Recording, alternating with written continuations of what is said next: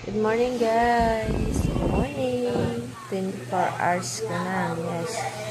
May one day na akong post-op na hemorrhoidectomy. And just walang pain.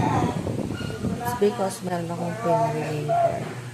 At very smooth naman. Wala akong masyadong sa aking puwet. Kaya goods and goods.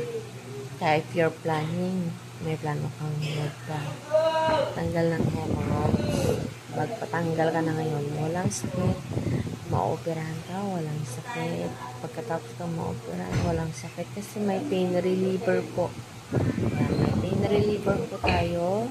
Yan yung mga gamot natin. May antibacterial tayo, may laxative.